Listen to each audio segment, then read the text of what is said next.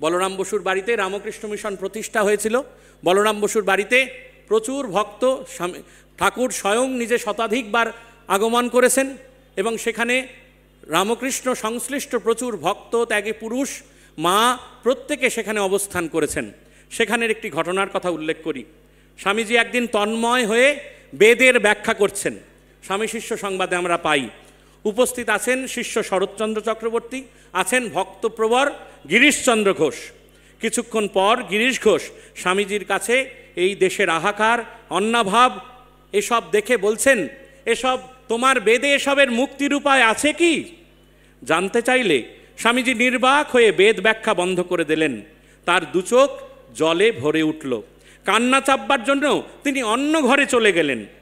শিষ্য শরৎচন্দ্র গিরিশ ঘোষের কাছে এই রসভঙ্গের কারণ জানতে চাইলে গিরিশচন্দ্র বললেন, দেখলি স্বামীজির মহাপ্রাণতার কথা, মানুষের দুঃখ কষ্টের কথা শুনে যার চোখে জল আসে, বেদ ব্যাখ্যা উবে যায়।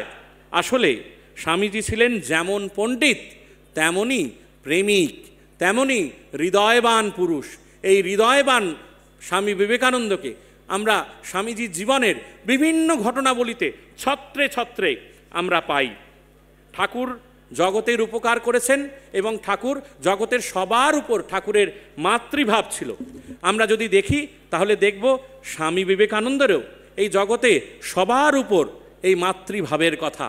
কাশীপুরে উদ্যানবাটির শেষ কয়টি দিনের কথা, মহাপ্রস্থানের 4-5 দিন আগে ঠাকুর নরেন্দ্রকে নিজের কাছে ডেকে পাঠালেন। ঠাকুরের শয়নকক্ষে দ্বিতীয় কোনো ব্যক্তি নেই। মহারাজ একটু আগে বলছিলেন, নরেন্দ্র ঠাকুরের সম্মুখ ভাগে বসে তার দিকে অপলক নেত্রে তাকিয়ে সমাধিস্থ হয়ে পড়লেন এবং অনুভব করলেন এক প্রবল তড়িৎ প্রবাহের কথা, যেন এক প্রবল তড়িৎ প্রবাহ তার দেহের মধ্যে প্রবেশ করে গেল। স্বামীজির বাহ্য চেতনা লুপ্ত হলো। যখন প্রকৃতিস্থ হলেন তখন চেয়ে দেখলেন ঠাকুরের চোখেও জল। রোদনের কারণ জিজ্ঞাসা করলে নরেন্দ্রের কাছে ঠাকুর উত্তর করলেন, আজ তোকে সর্বস্ব দিয়ে ফকির হলুম। এই সর্বস্ব দিয়ে শ্রীরামকৃষ্ণ যেন মাতৃভাবও সঞ্চারিত করে দিয়েছিলেন সেদিনের যুবক স্বামী বিবেকানন্দ নরেন্দ্রনাথ দত্তের প্রতি। এবং তারপরে আমরা দেখব যে শুধুমাত্র মানুষের জন্য নয়, এমনকি পশু পক্ষীর জন্য নরেন্দ্রনাথের বুক কেঁদে উঠল, ভক্তের জন্য কেঁদে উঠত। তাই এমন একটা চিঠিতে আমরা পাই, কাশীতে গেছেন 1902 খ্রিস্টাব্দে কাশীতে। সেই সময় কাশী থেকে এক চিঠিতে স্বামীজি লিখছেন, স্বামীজি নিজের শরীর খুব খারাপ, শরীরের অবস্থা খুব খারাপ, ডায়াবেটিসের দাপটে চোখ প্রায় নষ্ট, কিন্তু রাজা মহারাজকে একটা চিঠিতে লিখছেন, দেখো আমার ওই ছাগলটার শরীর ভালো আছে কিনা। স্বামীজি পশুপক্ষীর প্রতিও তার এই অবারিত প্রেম তার উপর গিয়ে পড়ত।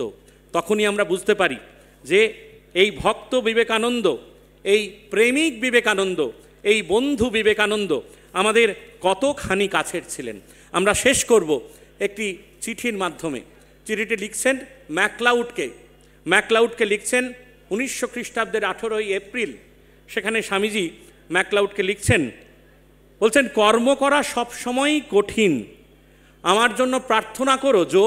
ম্যাকলাউডকে বলতেন, জোসেফিন ম্যাকলাউডকে বললেন, স্বামীজি অভিহিত করতেন, আমার জন্য প্রার্থনা করো যেন চিরদিনের তরে আমার কাজ করা ঘুচে যায়, আর আবার সমুদয় মন প্রাণ যেন মায়ের সত্তার সাথে মিলে একেবারে তন্ময় হয়ে যায়। তার কাজ তিনিই জানেন। স্বামীজি এই প্রায় শেষ সময় 1900 খ্রিস্টাব্দে যোকে লিখছেন, আমার কাজ যেন মায়ের সত্তার সঙ্গে একেবারে তন্ময় হয়ে যায়। আরেকটি চিঠিতে স্বামীজি সুন্দর লিখেছিলেন, বলেছিলেন, আমার প্রকৃতিতে পুরুষের চেয়ে মায়ের গুণই বেশি। সেই মাতৃবৎ স্বামী বিবেকানন্দকে আজকের এই পুণ্যভূমি কাশীপুরে আমরা সহস্রবাদ প্রণাম করি, প্রার্থনা করি ঠাকুর, মা এবং স্বামীজির আশীর্বাদ আমাদের শিরে বর্ষিত হোক।